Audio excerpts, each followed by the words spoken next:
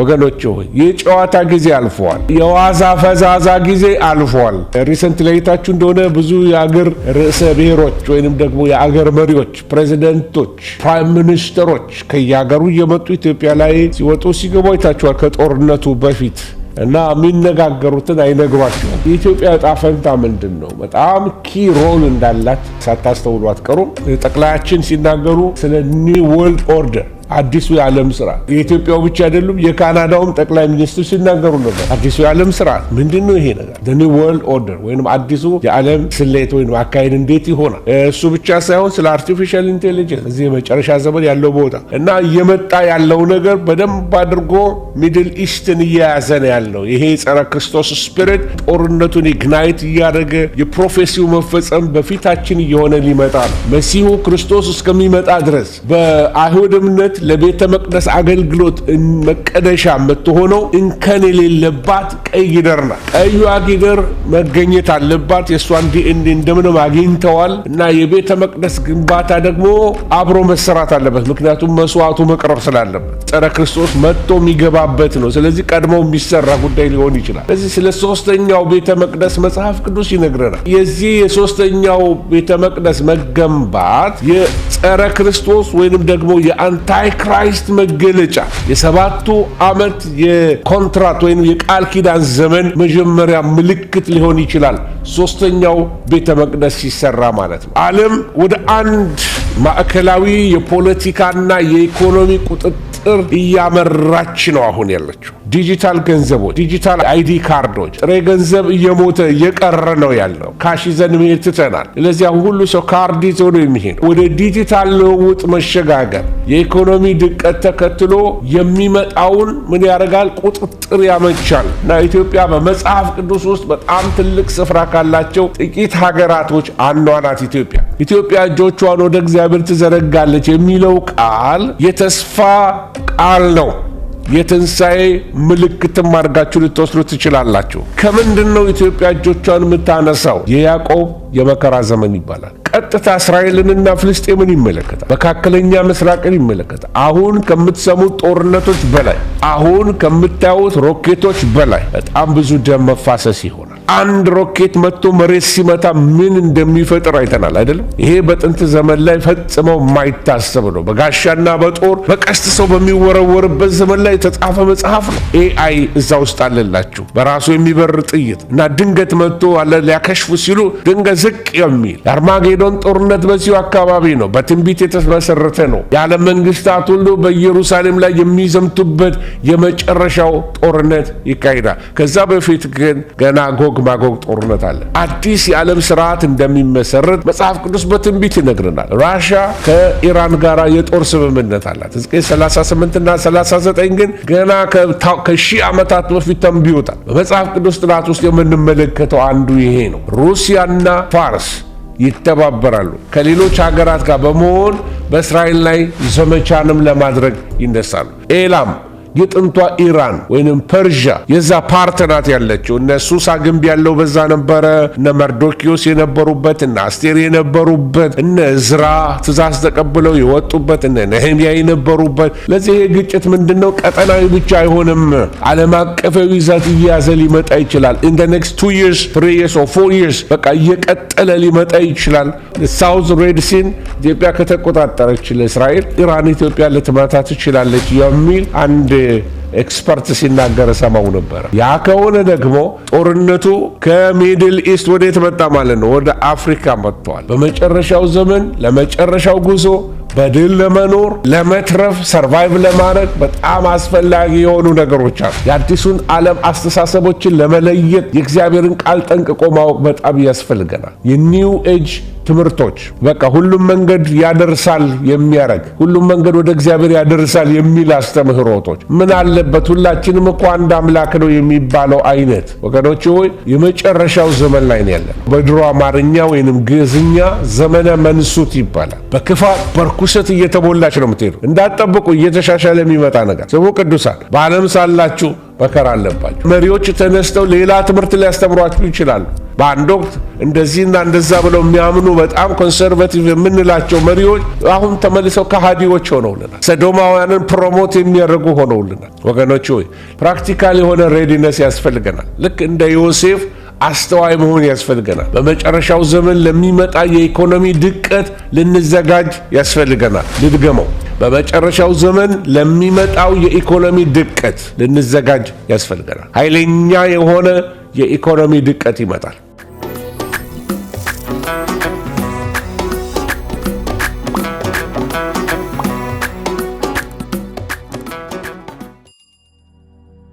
ሰላም ጤና ይስጥልኝ ቅዱሳን፣ እንደምናላችሁ። የጌታ ሰላምና ጸጋ ይብዛላችሁ። እግዚአብሔር ስም እየተባረከ ይሁን። እንግዲህ ሳውንዱም ሁሉም በትክክል እየሄደ ነው ያለው። ዛሬም ጌታ እናመሰግናለን። እግዚአብሔር ስም የተባረከ ይሁን። ባለፈው ሳምንት በተላለፈው ስርጭት ላይ ብዙ ሰዎች በዚህ ላይ በድጋሚ አንዳንድ ነገሮች እንዳብራራ የጠየቁኝ ሰዎች አሉ እና አንዳንድ የቴሌቪዥን ስቴሽኖችም በዚህ ላይ ስርጭት እንድናደርግበት የጠየቁናል ነው። እግዚአብሔር እናመሰግናለን። ዋናው ዓላማው መልእክቱ መድረሱ ስለሆነ ብዙ ቦታዎች ላይ በመድረሱ እግዚአብሔር እናመሰግናለሁ። ዋናው ዓላማው ሰዎችን የማንቃት ነው። ተልኳችን ሰዎች ጋር የጥሪ ደወል መሆን ነው፣ መቀስቀስ ነው። ስለዚህ የነቃን አንቂዎች እንድንሆን እግዚአብሔር ሁላችንንም ይርዳን። ክብር ለእግዚአብሔር ይሁን። ዛሬ እንግዲህ የምንማረው ትምህርት ሁላችንም እንደምታውቁት የጀመርነው ሰሞኑን የሚሆኑ ነገሮችን ብቻ ሳይሆን አንዳንድ በትንቢት ትምህርቶች የዘለልኳቸውን አንዳንድ ሀሳቦችን ለማንሳት አስባለሁ። እነዚህ ይጠቅሙናል ብዬ አስባለሁ። መንፈስ ቅዱስ ያን እንድናደርግ ይፈልጋል መሰለኝ። በአንዳንድ ሀሳቦች ላይ እንነጋገራለን። ዛሬ የምንነጋገርበት ኢራንን እናነሳለን። ኦፍኮርስ ቀይ ጊደሯን እናነሳለን። ምናልባት ጊዜ ካገኘን ሶስተኛውን ቤተ መቅደስ እንደገና ወይም የሶስተኛው ቤተ መቅደስ መሰራትን፣ ስለ አርቲፊሻል ኢንቴሊጀንስ፣ ስለ ዲጂታል ገንዘብ ወይም ስለ ፋይዳ ዲጂታል መታወቂያዎች፣ ስለ አዲሱ የዓለም ስርዓት ሲክሬት ሶሳይቲስ ወይም ደግሞ ምስጢራዊ ህብረተሰቦች የሚባሉ አሉ። እነሱን ጨምሬ አብረን እንድንነጋገር እፈልጋለሁ። ብዙ ሀሳብ ይሆንብኛል ብዬ አስባለሁ፣ ግን አቴንሽናችንን ከሰበሰብን ጥቂቷን እግዚአብሔር ይባርካል እና የኢትዮጵያ ዕጣ ፈንታ ምንድን ነው? በሰሞኑ በሚደረገው ነገር የፍልስጤም መጨረሻ ምንድን ነው? የኢራን መጨረሻ ምንድን ነው? የሩሲያ መጨረሻ ምንድን ነው? አዲሱ የዓለም ስርዓት ምንድን ነው? አዲሱ ትውልድ ንቅናቄ ምንድን ነው? ኤአይ ምንድን ነው? በመጨረሻ ዘመን ደግሞ እንዴት እንኖር የሚል ነገር እንነጋገራለን። መጽሐፍ እንደሚነግረን የነገር ሁሉ ፍጻሜ ምን ብሏል ነው የሚለን? ደርሷልና ይላል፣ ወይንም ተቃርቧል ብሎ መጽሐፍ ቅዱስ ይነግረናል። ዛሬ ጠዋት በሚገርም ሁኔታ ነው እንደዚህ የተረዳው። ቶሎ ይሆን ዘንድ ዮሐንስን ራእይ ሲጀምር የሚናገረው ይህን ነው። ቶሎ ይሆን ዘንድ ለባሪያዎቹ ያሳይ ዘንድ ብሎ የዮሐንስ ራእይ ይጀምራል። ቶሎ ይሆን ዘንድ የሚለው ምንድን ነው? ቶሎ ወዲያውኑ የሚፈጸም ነው ማለት ሳይሆን አንዴ ከተጀመረ ነገሮቹ ተከታትለው ነው የሚሄዱት። ጸረ ክርስቶስ ቢመጣ ወዲያው መቅደሱ መሰራት ቢጀምር ወዲያው ተከታትሎ ነው የሚሄደው እስከ ዓለም መጨረሻ። በጣም በአጭር ጊዜ ስፓን ውስጥ በጣም ብዙ ትንቢቶች ይፈጸማሉ ማለት ነው፣ ወደ ኦሪጂናል ቋንቋው ሄደን ስንመለከት። ዛሬ እንግዲህ የምንነጋገርበትና ልዳስሰው የምፈልገውን ፓርት ነግሬያችኋለሁ። ሪሰንት ላይ ታችሁ እንደሆነ ብዙ የአገር ርዕሰ ብሔሮች ወይንም ደግሞ የአገር መሪዎች፣ ፕሬዚደንቶች፣ ፕራይም ሚኒስተሮች ከየሀገሩ እየመጡ ኢትዮጵያ ላይ ሲወጡ ሲገቡ አይታችኋል ከጦርነቱ በፊት እና የሚነጋገሩትን አይነግሯቸውም። ምክንያቱም የመንግስት ስልጣን ሚስጥራዊ ስለሆነ የሚወያዩት ብዙ ነገር። ስለዚህ የኢትዮጵያ ዕጣ ፈንታ ምንድን ነው? በጣም ኪ ሮል እንዳላት ሳታስተውሉ አትቀሩም። ሌላ የፍልስጤም መጨረሻን፣ የኢራንን መጨረሻ፣ የሩሲያን መጨረሻ መጽሐፍ ቅዱስ ይነግረናል። ባለፈው የኢትዮጵያ አንድ ስብሰባ ሰማ ነበርና ጠቅላያችን ሲናገሩ ስለ ኒው ወርልድ ኦርደር አዲሱ የዓለም ስርዓት የኢትዮጵያው ብቻ አይደሉም፣ የካናዳውም ጠቅላይ ሚኒስትር ሲናገሩ ነበር። አዲሱ የዓለም ስርዓት ምንድነው? ይሄ ነገር the new world order ወይንም አዲሱ የዓለም ስሌት ወይንም አካሄድ እንዴት ይሆናል? እሱ ብቻ ሳይሆን ስለ አርቲፊሻል ኢንቴሊጀንስ እዚህ የመጨረሻ ዘመን ያለው ቦታ እና የነገር ሁሉ ፍጻሜ ነው እና በዚህ ዘመን እንዴት እንኖር። አሁን የመጀመሪያ ለመነጋገር ያሰብኩት የጋዛና የዌስት ባንክ ጋዛና ዌስት ባንክ አንድ የተቋቋመ የሰላም ኮሚቴ የሚባል ነገር መጥቷል። ይሄ የሰላም ኮሚቴ የሚባለው ፕሬዚዳንት ዶናልድ ትራምፕ ያቋቋሙት ነው። ቦርድ ኦፍ ፒስ የሚባል የሰላም ኮሚቴ ወይም የሰላም ቦርድ ኦፍ ዳይሬክተርስ ወይም የሆኑ በጣም ትልቅ የሆኑ ሰዎች በአሁኑ ወቅት እንግዲህ ጋዛና ዌስት ባንክ ያለው ሁኔታ በጣም ውስብስብ ነው። ጋዛና ዌስት ባንክ ብዙ ፍልስጤማውያኖች ያሉበት ነው። ኦኩፓይድ ቴሪቶሪስ የሚባሉ ናቸው። እስራኤል የኔ ነው የምትላቸው እውነትም በመጽሐፍ ቅዱስ የእስራኤል የሆኑ ቦታዎች እነሱ የያዙት ማለት ነው። እና የተለያዩ የሰላም ምክክሮች በዓለም ዙሪያ እየተደረጉ ነው ያሉት። በጣም ዘላቂ መፍትሄ በሁለት መንግስታት መካከል እንዲሆን፣ በፍልስጤምና በእስራኤል መካከል ሰላም እንዲሆን ቱ ስቴት ሶሉሽን የሁለት መንግስታት መፍትሄ በሚል ወይንም ደግሞ በጸጥታ ቁጥጥር ስር ባለ የአስተዳደር ዙሪያ የሚያጠነጥን አንድ ቦርድ ኦፍ ፒስ የሚባል ተቋቁሟል። 10 ሰዎች ነው ውስጡ ያሉት። አስተውሉ እንግዲህ እና እየመጣ ያለው ነገር በደንብ አድርጎ ሚድል ኢስትን እየያዘ ነው ያለው። ይሄ ጸረ ክርስቶስ ስፒሪት ጦርነቱን ኢግናይት እያደረገ የፕሮፌሲው መፈጸም በፊታችን እየሆነ ሊመጣ ነው። ከመጽሐፍ ቅዱስ አንጻር ይሄ አካባቢ ሚድል ኢስት እስከ መጨረሻው ዘመን ድረስ ለአጭር ጊዜ ሰላም ሊሆን ይችላል። ነገር ግን ዘላቂ ሰላም የማያገኝ መሲሁ ክርስቶስ እስከሚመጣ ድረስ ሰላም የማያገኝ ኤሪያ የተተነበየበት ቢኖር ጋዛና ዌስት ባንክ፣ እነዚህ አካባቢዎች የጦርነት ቀጠናዎች ናቸው። ሁሌ ኮንፍሊክት ይኖራል። ስለዚህ ለጊዜው ሰላም የሚሰጡ አሜሪካኑ ፕሬዝዳንት አሁን እንዳቋቋሙት አይነት አዳዲስ ሀሳቦች ይመጣሉ። ስለሱ እንነጋገርበታለን። ሌላው የምንመለከተው ሶስተኛው ቤተ መቅደስ ስለመሰራቱ ነው። ከዛ ጋር ተያይዞ ደግሞ ስለ ቀዩ ጊደር የሚናገር ጉዳይ አለ። ይህ ጉዳይ እንግዲህ ከመጨረሻው ዘመን ትንቢት ጋራ ቀጥተኛ የሆነ ግንኙነት ያለው ቀዩ ጊደር ወይንም ሬድ ሃይፈር ትባላለች። በአይሁድ እምነት ለቤተ መቅደስ አገልግሎት መቀደሻ የምትሆነው እንከን የሌለባት ቀይ ጊደር ናት። ቀዩ ጊደር መገኘት አለባት። የእሷን ዲኤንኤ እንደምንም አግኝተዋል እና የቤተ መቅደስ ግንባታ ደግሞ አብሮ መሰራት አለበት። ምክንያቱም መስዋዕቱ መቅረብ ስላለበት ቀዩ ጊደር ተገኝታለች። ቀዩ ጊደር ለሙከራ እንደውም መስዋዕቱን ሰውተዋል እና ከዛ በኋላ የቤተ መቅደስ ግንባታ መጀመሩ በእኛ ዘመን ሊሆን ይችላል ብዬ አምናለሁ። ምክንያቱም ጌታ እስኪመጣ ቤተ መቅደሱ አይጠብቅም ወይም ጸረ ክርስቶስ መጥቶ የሚገባበት ነው። ስለዚህ ቀድሞ የሚሰራ ጉዳይ ሊሆን ይችላል። ስለዚህ ስለ ሶስተኛው ቤተ መቅደስ መጽሐፍ ቅዱስ ይነግረናል። የዚህ የሶስተኛው ቤተ መቅደስ መገንባት የጸረ ክርስቶስ ወይንም ደግሞ የአንታይ ክራይስት መገለጫ የሰባቱ ዓመት የኮንትራት ወይም የቃል ኪዳን ዘመን መጀመሪያ ምልክት ሊሆን ይችላል።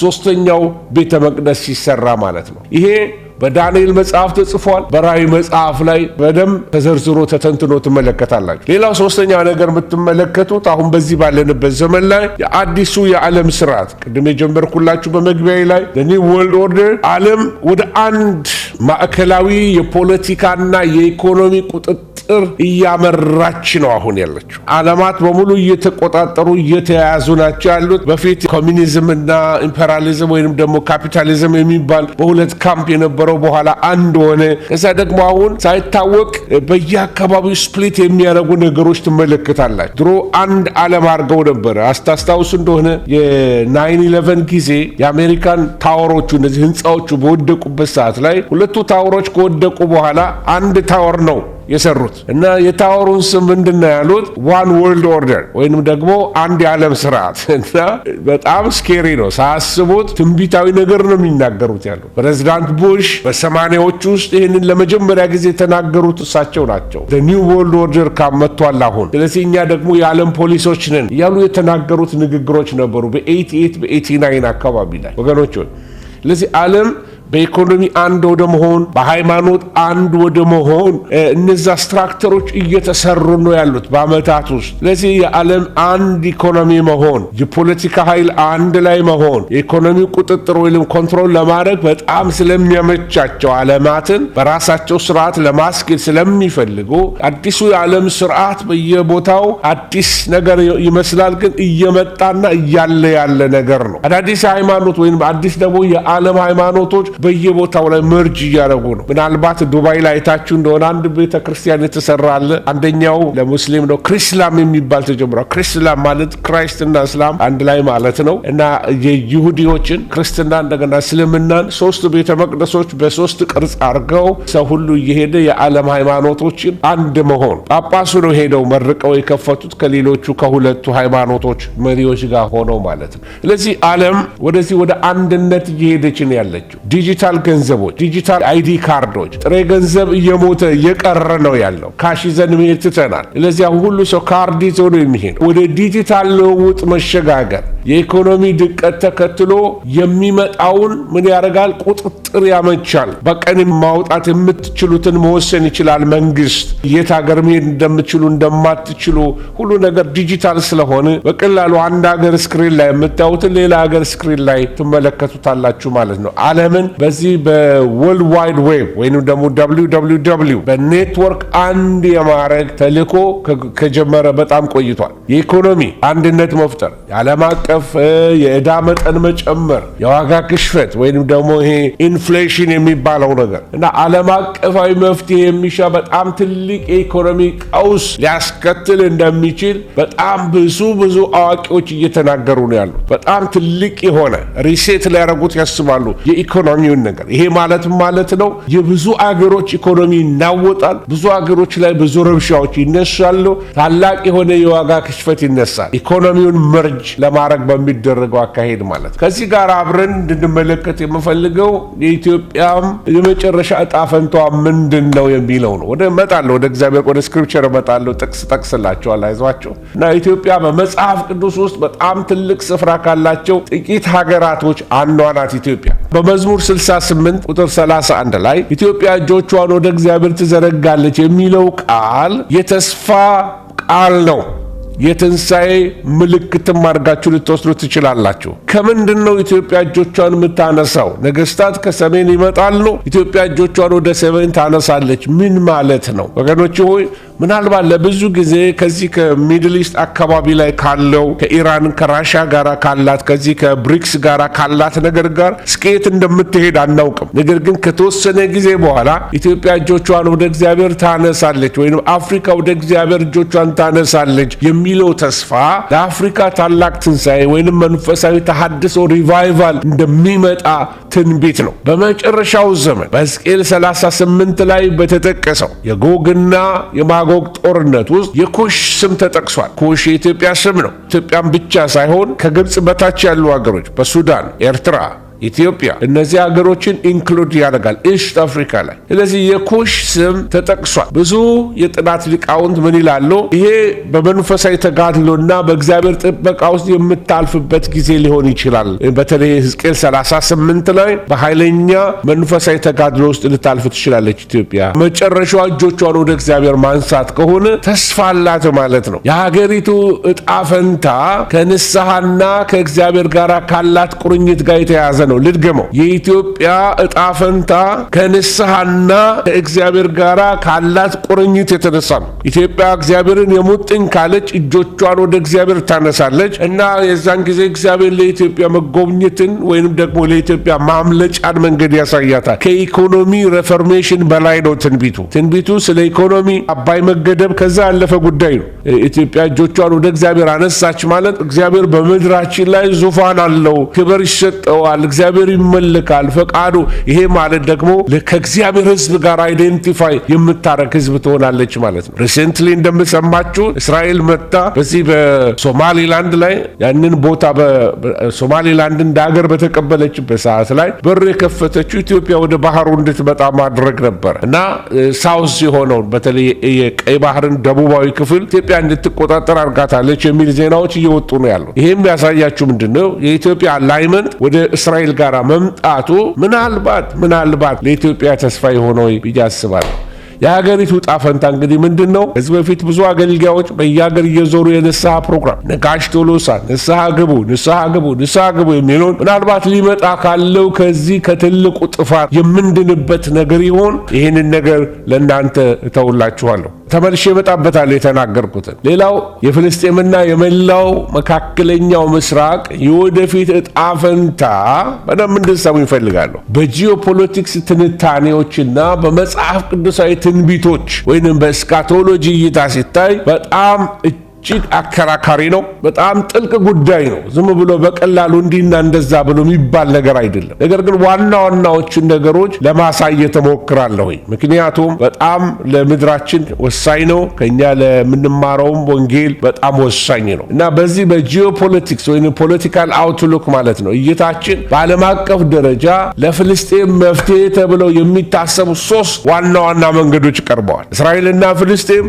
ያላቸውን ችግር እንዲፈቱ ከቀረበው ሐሳብ አንዱ ቱ ስቴት ሶሉሽን የሚባል ነው። የሁለት መንግስታት መፍትሄ ምን ማለት ነው? በአንድ ሀገር ላይ ሁለት መንግስት እንዲኖር ማለት ነው። እስራኤልና ፍልስጤም ጎን ለጎን በሰላም የሚኖሩባቸው ሁለት ሉዓላዊ መንግስታትን መመስረት። ይሄ የአሜሪካን አጀንዳ ነው። አይ ቲንክ ባልሳሳት በክሊንተን ዘመን ላይ ይሁን በጆርጅ ቡሽ ዘመን ላይ የቀረበ ፕሮፖዛል ነበር። እስራኤልና ፍልስጤም ጎን ለጎን በሰላም የሚኖሩባቸው እነዚህ ሁለት ሉዓላዊ መንግስታት ይቻላሉ። ይሄ በዓለም አቀፍ ማህበረሰብ ዘንድ በጣም ትልቅ ድጋፍ ያገኘ ነው። ብዙ ሀገሮች ይፈልጉታል። በቃ ፍልስጤም እና እስራኤል ጉዳይ በጣም ደክሟቸዋል ህዝቦች። በሰፈራ መንደሮች ያሉ ወይም በካምፕ ውስጥ ያሉ ፍልስጤማውያን በድንበር ኢሹዎች ምክንያት ደግሞ በጣም አስቸጋሪ እየሆነ መጥቷል። ለዚህ የመጀመሪያው ቱ ስቴት ሶሉሽን የሚባለው ነው። ሁለተኛው ደግሞ ዋን ስቴት ሶሉሽን የሚል ቀርቧል። ይሄ ምንድነው?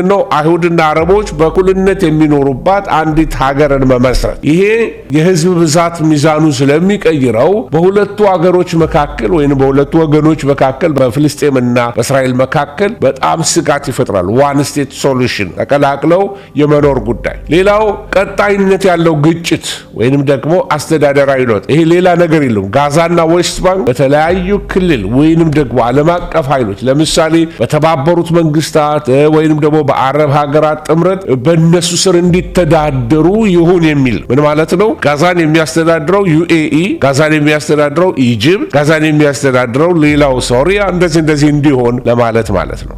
ይሄ ደግሞ ፕራክቲካሊ የሚሆን አይደለም። ለእስራኤል የሚመቻት ጉዳይ አይደለም። እና መፍትሄው ምንድን ነው? እኔ ከወዲሁ ነግራችኋለሁ። መፍትሄው መሲሁ መምጣት አለበት። መሲሁ ብቻ ጠላትነትን ከመካከላቸው ያጠፋል። እውነተኛ ሰላም በምድር ላይ የሚዘንበው ወይንም የሚመጣው ጌታ ኢየሱስ ክርስቶስ በጽድቅ ምድርን ሲያስተዳድር ብቻ ነው። ስለዚህ እኔና የእናንተ ተስፋ እንዴት የተባረከ ተስፋ እንደሆነ እንመለከታለን። ብዙ ፖለቲካዎችን ልሰሙ ትችላላችሁ፣ ግን ቢብሊካል ስካቶሎጂ ወይንም ደግሞ በመጽሐፍ ቅዱሳዊ ትንቢት እይታ በመጽሐፍ ቅዱስ ጥናት ላይ በመመስረት የነዚህን አካባቢዎች ሚድል ኢስትን የወደፊት ሁኔታ ከመጨረሻው ዘመን ክስተቶች ጋራ እንዴት የተቀራረበ እንደሆነ እንመለከታለን። ለምሳሌ ትሪቢሌሽን ፒሪየድ ላይ ወይንም ደግሞ የመከራው ዘመን ላይ ሄዳችሁ ስትመለከቱ የሰላም ስምምነት የሚሆን ጸረ ክርስቶስ ሲመጣ ሰላም ይዞላቸው ይመጣል። ሰላምና ደህንነት ነው ሲሉ ምጥ ድንገት እርጉዝን እንደሚይዛት ልክ እንደዛ ድንገት ነገሮች መለወጥ ይጀምራሉ። በ3 ዓመት ተኩሉ ላይ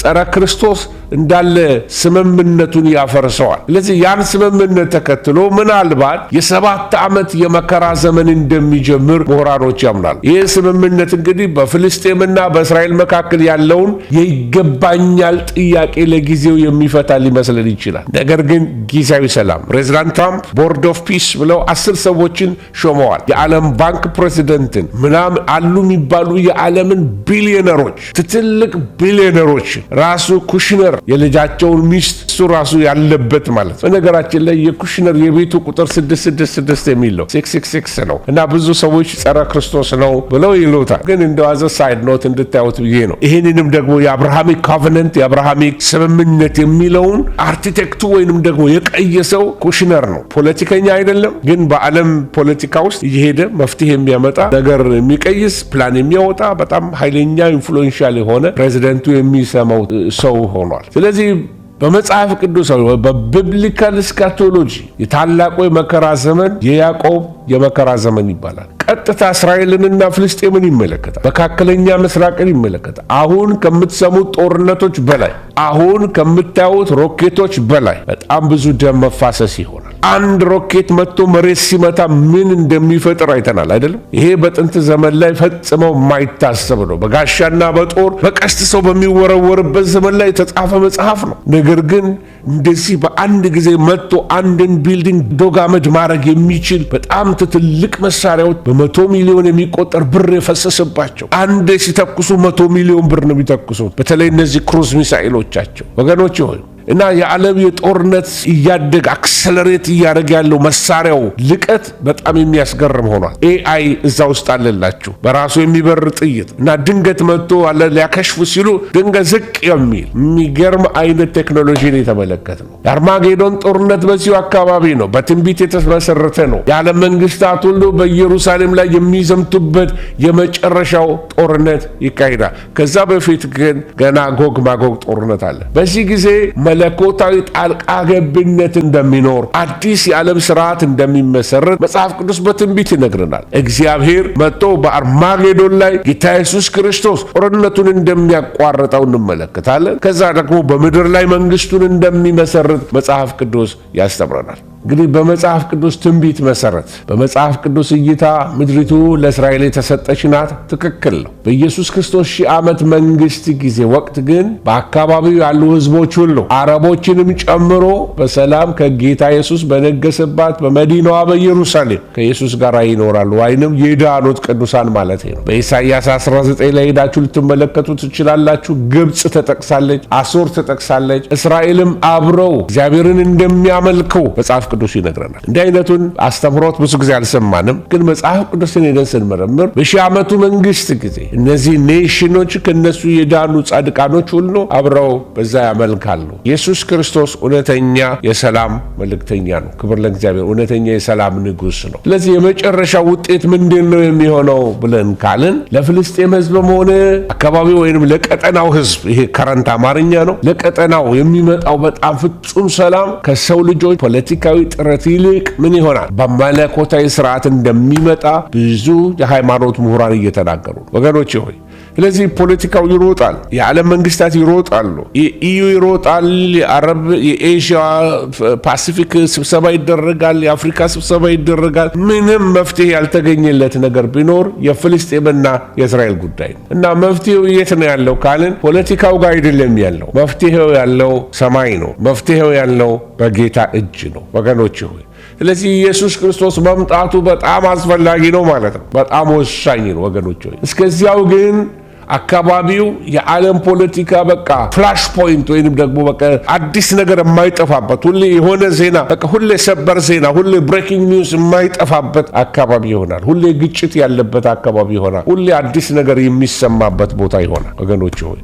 ስለ ኢራን መጨረሻ ደግሞ መጽሐፍ ቅዱስ ይነግረናል። ባለፈው ሳምንት ትንሽ አንስቼላችኋለሁ። በመጽሐፍ ቅዱስ ስሟ መጠሪያዋ ፐርሺያ ትባላለች። የወደፊት ዕጣ ፈንታዋ ደግሞ በሁለቱ ዋና ዋና እይታዎች በጂኦፖለቲክስ እና በመጽሐፍ ቅዱሳዊ ትንቢት የሚተነተን ታሪክ ያላት ናት ወገኖች ሆይ። ኢራን በመጨረሻው ዘመን ትንቢት ውስጥ በስሟ በግልጽ ከሚጠቀሱ በስማቸው ከሚጠቀሱ ሀገራት አንዷ ናት። በትክክል በቃ ፐርሺያ ተብላ ለፋርስ ንጉስ እንዲበለው ተብሎ ይተነገረላት። የጎግና የማጎግ ጦርነት ሕዝቅኤል 38 እና 39 በመጽሐፍ ቅዱስ ጥናት ውስጥ በጣም የታወቀው ትንቢት ኢራን ወይንም ፋርስ ከሩሲያ ከማጎግ ጋራ ያላት ህብረት ነው። ምን ማለት ነው? ራሽያ ከኋላ ሆና በዚህ ጦርነት ውስጥ እየደገፈች ነው ያለችው። ማንን? ኢራንን ወይንም ፋርስን እየደገፈች ነው ያለችው። የጎግ ጥላው በደንብ ትመለከቱታላችሁ። ራሽያ ከኢራን ጋር የጦር ስምምነት አላት። ሕዝቅኤል 38 እና 39 ግን ገና ከ1000 ዓመታት በፊት ተንብዮታል። በመጽሐፍ ቅዱስ ጥናት ውስጥ የምንመለከተው አንዱ ይሄ ነው። ሩሲያና ፋርስ ይተባበራሉ። ከሌሎች ሀገራት ጋር በመሆን በእስራኤል ላይ ዘመቻንም ለማድረግ ይነሳሉ። ትንቢቱ እንደሚለው ይሄ የሁለቱ ሀገሮች ኃይል በእስራኤል ተራሮች ላይ በመለኮታዊ ጣልቃ ገብነት የሚሸነፍ ይሆናል። የኤላም ዕጣ ፈንታ ወይንም ደግሞ የኢራን ዕጣ ፈንታ በኤርሚያስ 49 ላይ ሄዳችሁ ስትመለከቱ ከ34 እስከ 39 ያለውን ክፍል ተመልከቱ። ኤላም የጥንቷ ኢራን ወይንም ፐርሺያ የዛ ፓርት ናት ያለችው። እነ ሱሳ ግንብ ያለው በዛ ነበረ። እነ መርዶኪዮስ የነበሩበት፣ እነ አስቴር የነበሩበት፣ እነ እዝራ ትእዛዝ ተቀብለው የወጡበት፣ እነ ነህምያ የነበሩበት ያ ክልል ነው ኤላም። ስለዚህ መጽሐፍ ቅዱስ በእግዚአብሔር ቁጣ ምክንያት በኤላም ላይ መበተን ይሆናል የሚል ትንቢት ተነግሯል። ኤላም የማይኖርበት አገር የለም፣ ይበተናሉ በምድር ሁሉ ተብሎ ትንቢት ተነግሮባቸዋል። ስለዚህ በመጨረሻው ዘመን የኤላምን ምርኮ መልሳለሁ። ባለፈው ሳምንት የተመለከትነው የኤላምን ምርኮ መልሳለሁ፣ ዙፋኔን በዛ አረጋለሁ ብሏል። ምን እያለ ነው እግዚአብሔር? በጦርነቱ ይበተኑ ይሆናል። ከተበተኑ በኋላ ደግሞ ምርኳቸውን መልሳለሁ፣ ዙፋኔን በዛ አረጋለሁ ሲል ደግሞ ትልቅ ሪቫይቫልን፣ ተሐድሶን፣ መመለስን እንደሚያደርግላቸው ቂሮስ ባለውለታ ነው ለእስራኤል መታደስ እግዚአብሔር ከተጠቀመባቸው ባሪያዬ ቂሮስ ብሎ ሳይወለድ ከ150 ዓመት በፊት ትንቢት የተነገረለት ቂሮስ ፋርሳዊ ነበር። ስለዚህ እግዚአብሔር ባውሉ ያንን ውለታ አስቦ እንደገና የሱን ህዝቦች እንደገና የተሐድሶ ዕድል ይሰጣቸዋል። ኢራን አሁን ባለው በወቅታዊ ፖለቲካ ደግሞ ስትመለከቷት በአሁኑ ወቅት በዓለም አቀፍ ደረጃ በጣም በትልቅ ጫና ውስጥ ያለች ሀገር ናት። የሬጂም ቼንጅ ወይንም ደግሞ የአገዛዝ ለውጥ ለማድረግ አሜሪካና እስራኤል የሚችሉትን እያደረጉ ነው ያለው። በሀገሪቱ ውስጥ ያለው የኢኮኖሚ ቀውስ ይሄ ነው የሚባል አይደለም። በአንድ ጊዜ ዶላር ስትዘረዝሩ በትንሽ $10 በማይሞላ በአንድ ጊዜ በሚሊዮን ደርሷል። ከረንሲያቸው ከመውደቁ የተነሳ የውስጥ ሬዚስታንስ አለባቸው፣ ውስጥ ተቋሞች ያላቸው የሃይማኖታዊ አገዛዝ ስርዓታቸው በቃ ብዙ እያፈረሳቸው ነው። ህዝብ ሁሉ ጥልት አድርጎታል። ኢስላሚክ የሆነውን ስርዓት በጣም ጠልቶታል።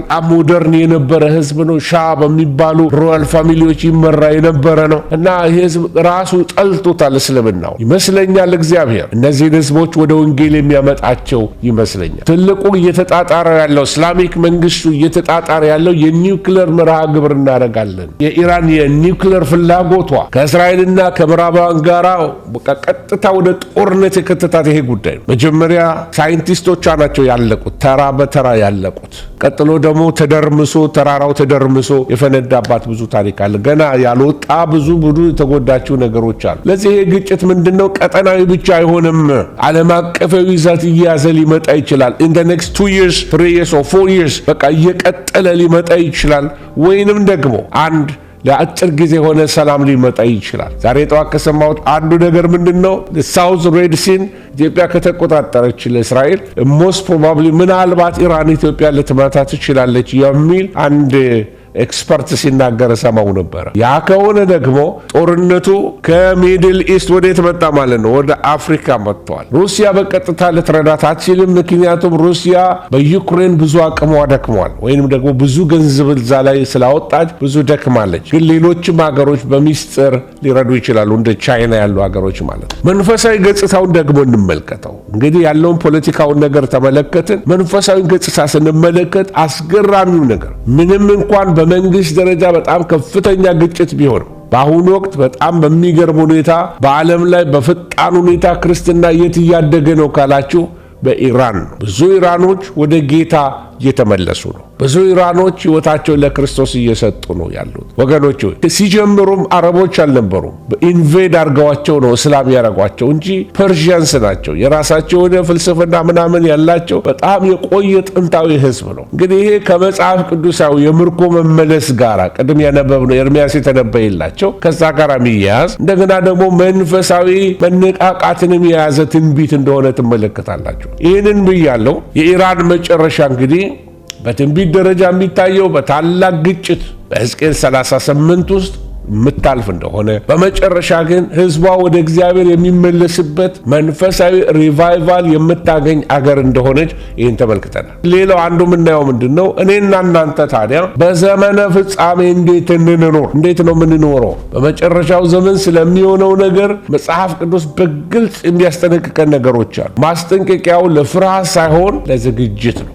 ለመጨረሻው ወገኖች ሆይ በመጨረሻው ዘመን ለመጨረሻው ጉዞ በድል ለመኖር ለመትረፍ ሰርቫይቭ ለማድረግ በጣም አስፈላጊ የሆኑ ነገሮች አሉ። የመጀመሪያው ነገር መንፈሳዊ መንቃት ያስፈልገናል። በመጨረሻው ዘመን ትልቁ አደጋ ዲሰፕሽን ነው፣ መታለል ነው። ማቴዎስ 24 ቁጥር 4 ላይ ሄዳችሁ ብትመለከቱ ይህንን በግልጽ ያሳየናል። ቃሉን ማጥናት፣ የሐሰት ትምህርቶችን፣ የአዲሱን ዓለም አስተሳሰቦችን ለመለየት የእግዚአብሔርን ቃል ጠንቅቆ ማወቅ በጣም ያስፈልገናል። የኒው ኤጅ ትምህርቶች በቃ ሁሉም መንገድ ያደርሳል የሚያረግ ሁሉም መንገድ ወደ እግዚአብሔር ያደርሳል የሚል አስተምህሮቶች ምን አለበት ሁላችንም እኮ አንድ አምላክ ነው የሚባለው አይነት አያችሁ ግሎባል የሆኑ ሃይማኖቶችን ሲንክረታይዝ የማድረግ ወይንም አንድ ላይ መግመድ ይህ አይነቱ ነገር በጣም አደገኛ ነው። ለዚህ ቃሉን ማጥናት በጣም ስፒሪቹዋል አለርትነስ እንዲኖረን ንቁ ክርስቲያን እንድንሆን ቃሉን ማንበብ አለብን። ቃሉን ማንበብ ብቻ አይደለም ማጥናት አለብን። አስተራስፋው የሚያስተምረው ልክ ነው ወይ ብላችሁ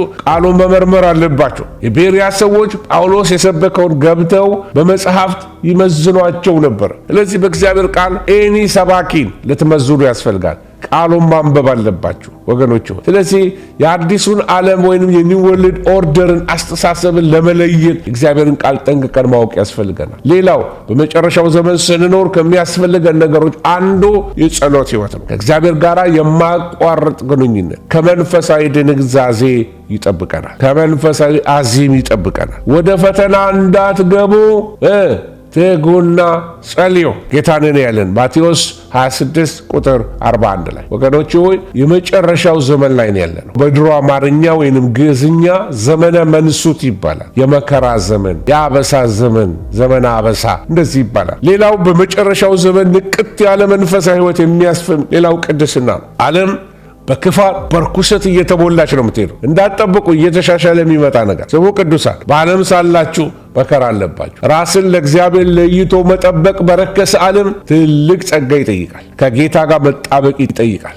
ወገኖች ሆይ ዛሬ በትንሽ ገንዘብ ብዙ ትልልቅ ጸጋ ያላቸው ሰዎች ከመንገድ ተንሸራተዋል። በትንሽ ዕውቅና ትንሽ በሰበሰቧት ሀብት ወዲያው ተንሸራተው ወደ ዓለም ሲገቡ ትመለከታላችሁ። ወገኖች ሆይ እንዲጠብቀን ጌታ ልንጸልይ ይገባናል። ሌላው ይሄ መታለል ዲሴፕሽን ብዙ ሌቭል አለ በመሪዎች ደረጃ። ለዚህ ነው ቃሉን ወቁ ምላችሁ። መሪዎች ተነስተው ሌላ ትምህርት ሊያስተምሯችሁ ይችላሉ። በአንድ ወቅት እንደዚህና እንደዛ ብለው የሚያምኑ በጣም ኮንሰርቫቲቭ የምንላቸው መሪዎች አሁን ተመልሰው ከሃዲዎች ሆነውልናል። ሰዶማውያንን ፕሮሞት የሚያደርጉ ሆነውልናል። ወገኖች ሆይ ቅድስና ዓለም በክፋት ሲያዝ፣ ዓለም በአመፅ ሲያዝ፣ ዓለም በርኩሰት ሲሞላ ቅድስና ለእግዚአብሔር ራሳችንን ለእግዚአብሔር መለየት መንፈሳዊ ንቃት ውስጥ ይከተናል። በጣም ልንረዳ የሚገባው ነገር አንዳንድ ኖቶችን ባሳያችሁ አይ ቲንክ ይጠቅማቸዋል መሰለኝ የተናገርኩትን መንፈሳዊ ንቃት። ሁለተኛው ላሳያችሁ ፈልገው በዚህ ባለቀ ዘመን እንዴት እንኑር በሚለው ሐሳብ ላይ ነው ያለው። ማህበረሰባዊና ቤተክርስቲያናዊ ቁርኝት ምን ማለት ነው? ቸርችና ሶሻል ላይፋችን ላይ ያለን የተያያዘ እንደሆነ መጽሐፍ ቅዱስ ይነግረናል። ስለዚህ ነገር ስንነጋገር አንዱ ሰዎች ከቤተክርስቲያን ራሳቸውን ያርቃሉ እና ከቤተክርስቲያን መራቅ በጣም አደጋለሁ። ከቅዱሳን ህብረት መራቅ በጣም አደገኛ ነው። እንደዚህ ባለ አስጨናቂ ወቅት ላይ ከጌታ ልጆች ጋራ ከጌታ ቤተሰብ ጋር አብሮ መያያዝ ያስፈልጋል። የወንድሞች ህብረት ያስፈልገናል። በህብረት መቀመጥ ያስፈልገናል። ጉባኤን አለመተው፣ ህብረትን አለመተው። እዚህ ላይ እንደተጻፈው እንደምትመለከቱት እርስ በርሳችን የምንመካከርበት፣ እርስ በርስ የምንተያየንበት ይህን ነው።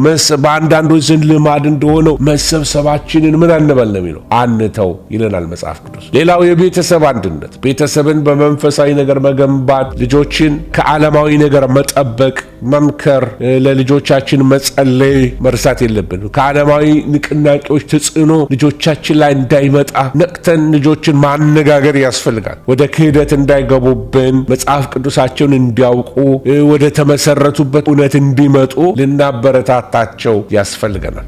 ወገኖች ሆይ ፕራክቲካል የሆነ ሬዲነስ ያስፈልገናል። ልክ እንደ ዮሴፍ አስተዋይ መሆን ያስፈልገናል። በመጨረሻው ዘመን ለሚመጣ የኢኮኖሚ ድቀት ልንዘጋጅ ያስፈልገናል። ልድገመው፣ በመጨረሻው ዘመን ለሚመጣው የኢኮኖሚ ድቀት ልንዘጋጅ ያስፈልገናል። ኃይለኛ የሆነ የኢኮኖሚ ድቀት ይመጣል። ወገኖች ሆይ ቢቻል ከዕዳ ነፃ መሆን። የኢኮኖሚ ድቀት ሲመጣ ዕዳ ያለባቸው ሰዎች በቀላሉ በቃ በሲስተሙ ቁጥጥር ስር ይገባሉ፣ ተገዢ ይሆናሉ። ስለዚህ በተቻለ መጠን ከዕዳ መውጣት ብልህነት ነው። ሌላው ራስን መቻል፣ ለተወሰነ ጊዜ የሚሆኑ መሰረታዊ ፍላጎቶቻችን ምግብ፣ ውሃ፣ መድኃኒቶችን ማዘጋጀት። ይሄ ማለት አለርት እንትን ላደርጋችሁ አይደለም፣ እንድትጨናነቁና በቃ አይደለም ምሽግ ግቡ ማለት ይሄ አይደለም። ሮንግሊ ኢንተርፕሬት እንዳታደርጉኝ።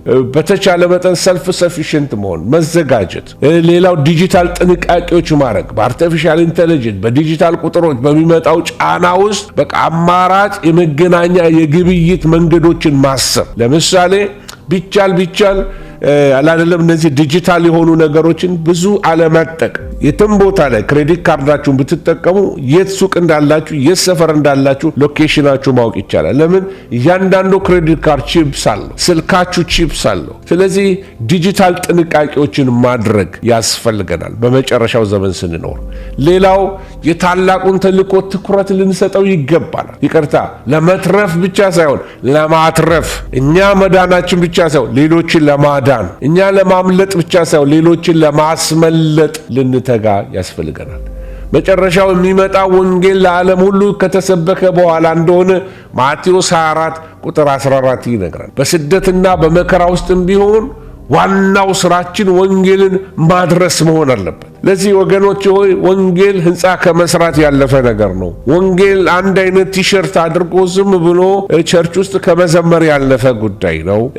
ቦልድሊ ጠላትን ኮንፍሮንት ማድረግ ይጠይቃል። የወንጌል አውትሪች ነገሮቻችን ሊጠነካከሩ ያስፈልጋል። ስለዚህ ስደት አለ፣ ተግዳሮት አለ፣ ሪቫይቫል በዛ ውስጥ አለ። እግዚአብሔር በዛ ውስጥ ጸጋ ይሰጣል። ወገኖች ሆይ ሊመጣ ያለው ነገር እንድትፈሩት ብቻ አይደለም፣ እንድትዘጋጁ፣ ውስጣችሁ ጠንካራ እንዲሆን፣ ምንም ኮምፕሮማይዝ የማታደርጉ አማኞች እንድትሆኑ ወገኖች ሆይ። ስለዚህ ይሄ ታላቁ ተልእኮ ያለው ሰው ፍርሃት ከላዩ ላይ ይሄዳል። በቃ ስራውን እየሰራ ነው። ሰይጣንን ፊት ለፊት ኮንፍሮንት እያደረገው ይኖራል ማለት። እግዚአብሔር ስም የተባረከ ይሁን። ስለዚህ የመጨረሻው ዘመን ልናመልጥበት የምንችለው መትረፍ የሚቻለው በእግዚአብሔር ጸጋና በእኛ ንቁ ዝግጅት ነው ወገኖች። እንዲሁ እንዳለፉት ዘመናት እንዲሁ ችላ እያላችሁ ብትሄዱበት አይደለም። በቀላሉ በጠላት ኢላማ ውስጥ ልንገባ እንችላለን። ስለዚህ የምንነቃበት ዘመን ነው። የጨዋታ ጊዜ አልፏል ወገኖች ሆይ፣ የጨዋታ ጊዜ አልፏል። የዋዛ ፈዛዛ ጊዜ አልፏል። አሁን በቃ ልብስን የመልበስ ጊዜ ነው።